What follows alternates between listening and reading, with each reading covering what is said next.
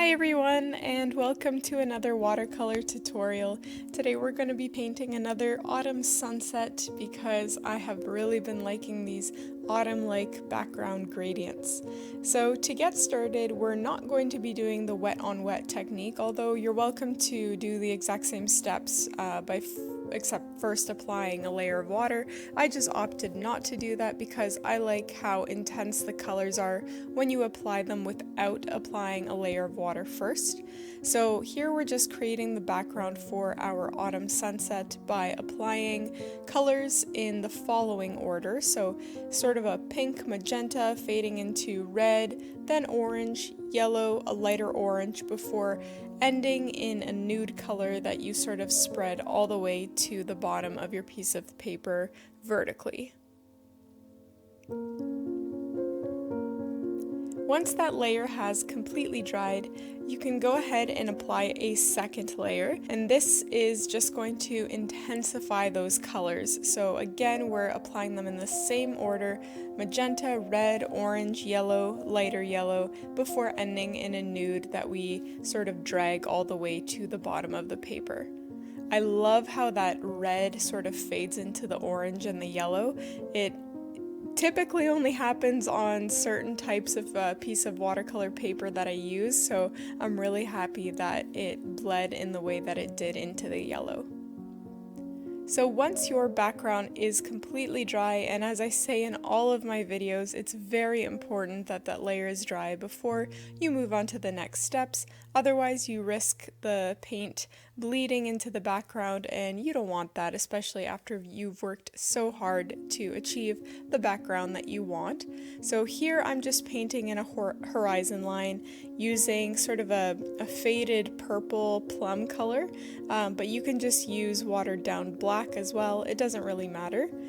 And I just painted on some distant mountains. Then you're going to take orange watercolor and you're going to paint the reflection of the sun that does not exist yet, but we will paint it in a moment. So just go ahead and paint on those orange reflections about 3/4 of the way down from the horizon line.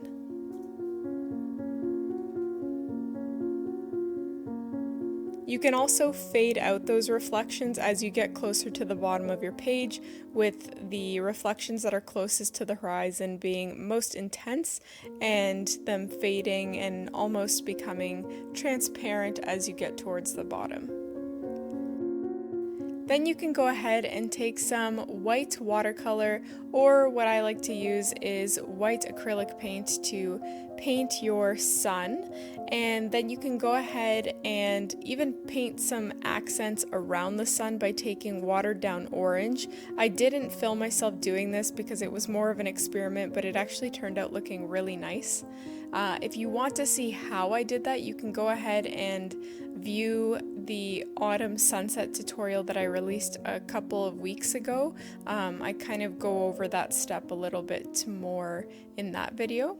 But in this next step, you can go ahead and take black watercolor paint and just start flicking from the bottom of your painting upwards, and this is just creating the effect of grass or reeds growing on your lake.